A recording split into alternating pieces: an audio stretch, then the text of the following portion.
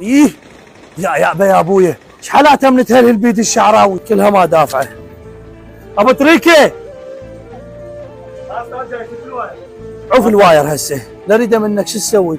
تطفي الجوزات على المدافعين، عرفت لو لا؟ واللي يجي يقول لهم حسن ابو المولده ما يقبل، عرفت لو لا؟ هاي الناس ما ادري ايش بيها. تدلع يا استاذ. يلا توكل. حسن قلال طفى عليهم المدافعين، علي قاسم هواي متعبني.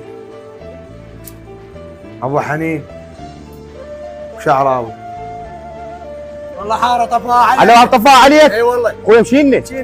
بابا مقتنع الحار، ليش ما تروح مع هذا المولد؟ هو بس روح يا ولد يا ولد يا ولد. احنا بالمولد. اي راح بالمولد. يلا. بابا تظل هناك. اي بابا. تعالي ما يصير هيك. هذا مو ادمي ابو المولد، لازم نسوي له حل. سوى كانت لنا الحاره هسه احنا ساعه طفوا علينا وش علي؟ صحيح.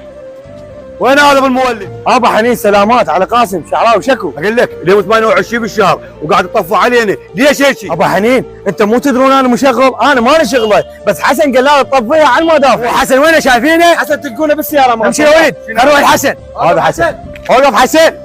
مو عيب عليك اليوم 28 ونطفى علينا المولده؟ اقول لك انا اشتغل عندك، نسيت روحك لو لا شعراوي، انت ذاك الشهر يوم 10 بالشهر يلا وديت الفلوس. حسن بعد اخوك هم على كيفك ويانا، نريد المروه من يمك واحنا جيرانك، شغلنا المولد ترى والله كنت الحر. حج علي انت توكل بالله، راح ارفع لك الجوزه، خوش. علاوه وراح ترفع على جوزه واحنا بقيت لهنا، ليش؟ يا ولد تدرون ليش علاوي خليته يروح؟ لانك سالفه ببالي لازم اقول كم بيها، ترى علاوي مشطل عليكم ويسحب منكم بيرات، خافوا تقولون وانا ما قدرت احاكيه قدامكم. حسن ليش صدق علاوي اليتيم مشطل علينا واحنا ما ندري؟ طبعا ما تدرون، لهذا السبب انا نزلت الجوزات، بس انتم لا تظلون ساكتين ليه، هو هذا قبل كان خريج سجن ابو غريب بقسم 7 بحافات المياه، هذا ماخذ الناس بعنطزه، انتم تعرفون شلون تصرفون وياه. حسن وداخل السجون على روحه مشطل علينا واحنا ما ندري، اليوم رب شربش، اليوم البيت اوقعه، وانت شنو شعره ظل واقف يمي؟ روح اتبعه، روح انا اروح اوقف بالركين